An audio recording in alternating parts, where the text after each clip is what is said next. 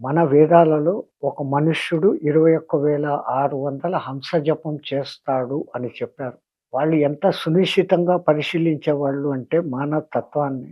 పీల్చుకుంటున్నప్పుడు so అనే చిన్న శబ్దము, వదులుతున్నప్పుడు హ అనే శబ్దము వస్తుంది. దాన్ని సోహం హంస అని, హంస జపము, సదా జపము, సదా గాయత్రి అని ఇన్ని పేర్లతో దాన్ని ఆ రహస్యాన్ని లోపల పెట్టి హంస గాయత్రి అన్నారు. హంస హంసాయ విద్మహే పరమహంసాయ ధీమహి తన్నో హంస ప్రచోదయాత్ అని. గాయత్రితో సమానమైన మంత్రం అది. ఎందుకంటే అది మన ప్రాణ మంత్రం. మనం తీసుకుంటున్న ఉచ్ఛ్వాస నిశ్వాసాలు. ఈయన కాలపు సైంటిస్టులు కూడా వేగంగా పనిచేసేవాడు, ఆవేశపరుడు, శాంతుడు ఇట్లా అనేక మంది గ్రూప్స్‌ని తీసుకొని వాళ్ళు ఈ రెస్పిరేషన్‌ను అబ్జర్వ్ చేశారు. మిషన్‌లు వచ్చాయిగా ఇప్పుడు. ఆ చేసి ఒక యావరేజ్ తీస్తే అక్యురేట్‌గా 21,600కు ఒక 10, 5 తక్కువ ఎక్కువగానే వస్తుంది. మిషన్‌లు ఉండి వీళ్ళు కనిపెట్టిన ఈ విషయాన్ని మన ఋషులు ఏ కాలంలోనో కనిపెట్టారు. వాళ్ళు ద్రష్టలు. ఇప్పుడు 21,600 అంటే 24 గంటలకు. ఒక గంటకు దాన్ని లెక్క వేస్తే 900 శ్వాసలయితాయి. అదే ఒక నిమిషానికి లెక్కలేస్తే 900/60 చేస్తే 15 శ్వాసలు యావరేజ్. ఈ మానవుడు ఈ 15 కన్నా ఎక్కువ వాడుకొనే తన వయసును తానే తగ్గించుకుంటున్నాడు. పరమాత్ముడు మానవులకి ఇచ్చిన ఆయురార్థం ద్వాషష్టి అంటే 260 120 ఏళ్ల పూర్ణాయుష్. ఋషులే ఒక చిన్న పొరపాటు చేసేశారు. వాళ్ళ దగ్గరికి ఎవరైనా ఆశీర్వాదానికి వస్తే శతమానం భవతి అంటున్నారు. 100 ఏండ్లయింది. 20 జై శ్రీరామ్ పోనీ ఆ నుండు 100 ఏళ్ళు ప్రశాంతంగా నాకు దేవుడిచ్చినది నేను చేసుకుంటాను. నాకున్నదో ఇంకొకటి పెడతాను అన్న మనిషి శ్వాసలు వేరే విధంగా ఉంటాయి. నాకే అంతా కావాలా, నన్ను అందరూ కొలవాలా అనుకునే మనిషి శ్వాసలు వేరేగా ఉంటాయి. అంటే ఆవేశాలు, టెన్షన్స్, వాడు చేసే వృత్తి ఉద్యోగాలలో బరువు పనులు చేయటం ఉన్నప్పుడు రాళ్ళు పగలగొట్టే ఉద్యోగాలు. They have to use more consumption of respirations. వాయువులు ఎక్కువ తీసుకుంటారు. ఈ రేషియో మారిపోతుంది. నిమిషానికి 15 మానవుడికి పెట్టారు. నిమిషానికి 3 సార్లు శ్వాస తీసుకుంటుంది తాబేలు, 300 ఏళ్ళు ఉంటుంది.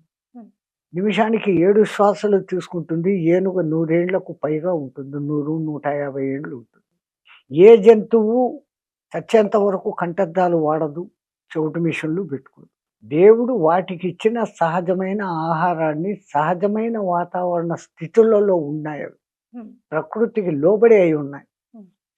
మనం ఎప్పుడైతే ఈ ప్రకృతికి విరుద్ధంగా పోతామో శ్వాసలో మార్పులు వస్తాయి.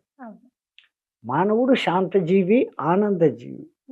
మరి నాకు అది కావాలా, ఇది కావాలా, అది అయ్యలేదు, వాడు అట్టన్నాడు అన్నప్పుడు శ్వాసలు ఆటోమేటిక్గా పెరుగుతాయి. అన్ని శ్వాసలు మీరు వేస్ట్ చేసుకుంటున్నారు. ఇంకా ఉదాహరణ బాగా చెప్పాలంటే మీ బ్యాంకులో మీకు ఒక లక్ష్యం ఉంది. లక్ష్యం ఉంది, రోజుకు 10,000 తీస్తే 10 రోజులే. ఇంకా తర్వాత వాడు ఒక్క పైసా ఇవ్వడు. రోజుకు 1000 తీసుకుంటే 100 దినాలు ఉంటారు. రోజుకు 100 తీసుకుంటే 1000 దినాలు ఉంటారు. రోజుకు రూపాయి తీసుకుంటే 1,00,000 దినాలు ఉంటారు. అంతవరకు మీకు అధికారం. ఈ శ్వాసలు కూడా అంతే. దాన్ని ఒక నియమమైన పద్ధతి మన పూర్వీకులు కనిపెట్టి ఈ పూరక కుంభక రేచకాలు అనేది చేసి తద్వారా ఆ స్థితిలో ఉన్నప్పుడు 1 నిమిషము, 1.5 నిమిషము, 2 నిమిషాలు ఆ కుంభక స్థితిలో ఉంటే బయటి మానవుడు ఆ 2 నిమిషాలలో 30 శ్వాసలు తీసుకున్నాడు. ఈయనేమో ఒకటే తీసుకొని ఒకటే వదిలాడు. 29 శ్వాసలు ఒక్క ప్రాణాయామంలో మిగలబెట్టుకోవచ్చు. సో అది ఆయువు మన దగ్గర బ్యాలెన్స్ ఉన్నట్లే కదా. అది మా ఋషిమునులందరూ చేస్తున్న గొప్ప సంగతి. మీరంతా ఎంతసేపు 109 ఏళ్ళు ఇంత బాగుండాడని గొప్ప అనుకుంటున్నారు. 3 ఏళ్ల కింద శివానంద మహారాజ్ అని చెప్పేసి పద్మశ్రీ అవార్డు తీసుకున్నాడు. ఎంత అద్భుతంగా ఉన్నాడు. మొన్న 6, 7 రోజుల కిందనే సీతారాం బాబా నర్మదా పరిక్రమ దగ్గర ఉండే మహానుభావుడు చేతితో దీపాన్ని వెలిగిస్తాడు. అగ్గిపుల్ల వాడనే వాడడు. ప్రత్యక్షంగా సైంటిస్టులు అంతా పోయి తల బాదుకున్నారు. ఎవరికీ అర్థం కాలేదు. ఆయన ఉన్నన్ని రోజులు ఆ నర్మదా పరిక్రమ దగ్గర ఎక్కడ మందిరం కనపడితే ఆడికి వస్తాడు. ఆ ఒత్తిని ఇట్లా నలిపి ఆడబెడతాడు, వెలుగుతుంది. ఆ మహానుభావుడు కూడా మొన్న కాలం చేశాడు. 116 ఏళ్ళు.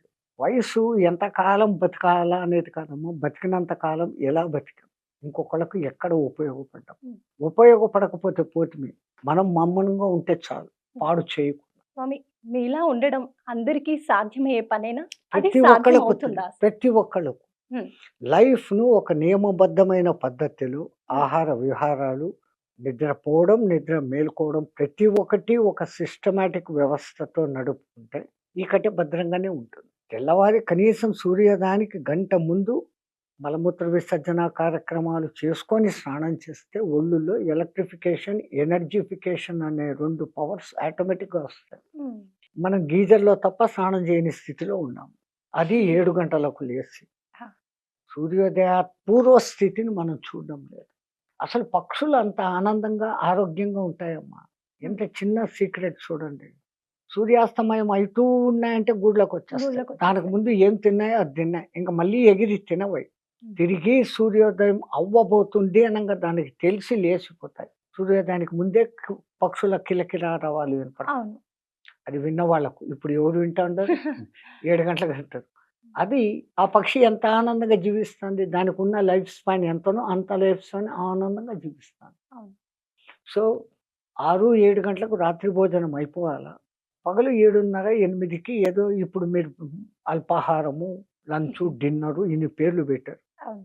ఆ కాలంలో 9:30, 10 గంటలకో, 8 గంటలకో ఉదయం భోంచేసి ఎళ్ళిపోతే, సాయంత్రం వచ్చి పనులన్నీ చూసుకొని 6 గంటలకు స్నానం చేసి 6, 6:30కంతా తినేసి, ఆ రచ్చబండ దగ్గర పిచ్చాపాటి మాట్లాడుకొని 8:30, 9కంతా సైలెంట్ ఎక్కడ ఏముండదు. సో, డైజెషన్ బ్రహ్మాండంగా జరుగుతుంది.